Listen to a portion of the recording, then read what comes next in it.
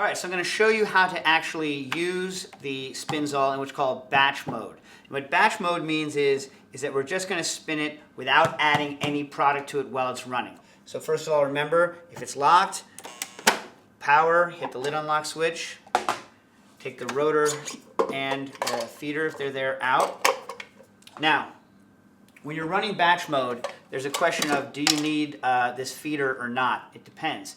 If you're running alcohol, and remember, if you're running alcohol, the alcohol always has to be room temperature or colder because you don't want to make explosive vapors and you don't want to go over 40% alcohol in your mix. But if you're running something that's going to evaporate, having the tube feeder in is good because the lid actually prevents evaporation. So that's when you might want to use this during batch mode.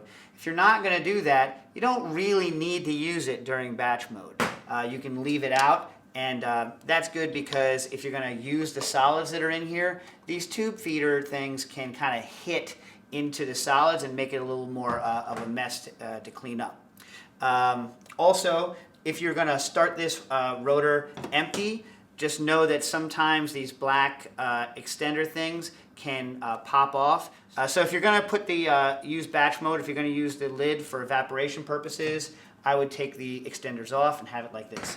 Next, make sure that your rotor, and this is whether you're batch or continuous, by the way, you want to make sure that your rotor has no dings or dents or cracks that could cause a safety problem. Remember, never let the rotor drop on the ground and then use it. Always inspect. Make sure that it's in good shape. Then make sure you have all three fins. And remember again, bite points down and it fits in all three slots and is rigid, like this. 2, 3, and it's very easy to get it wrong, so make sure you get it right. Right, and that's all 3. Now, if you look in here at the rotor, right, there is it's kind of hard to see sometimes, but there's a maximum fill line, and that is the most liquid you can pour into the rotor when you're starting. Now, if you pour more in, it's not the end of the world. It'll just spill out into the bowl and dribble out here, but it will make a mess. So try to keep it such that you're not above that max fill line. But then all you do is pour your liquid in. This is whipping cream. And you don't need to worry, it self-levels out.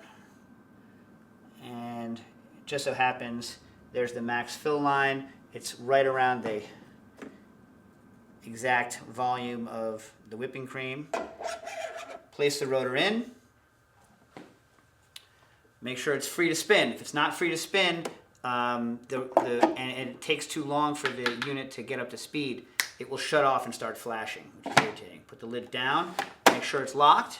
You verify that you have the lid locked light is now on, engaged, power is on. You're not going to need any of this stuff. This is the pump speed. You're not going to need that. Just set the timer. Now, when you're setting the timer, right, if you only want to set it for a short amount of time, you still need to put the timer up and then back. And the reason is mechanical timers just don't do well unless they've actually been engaged all the way first. So always put it forward and put it back. Now, this recipe should run for 15 minutes, so I would turn it past 30 and then down to 15.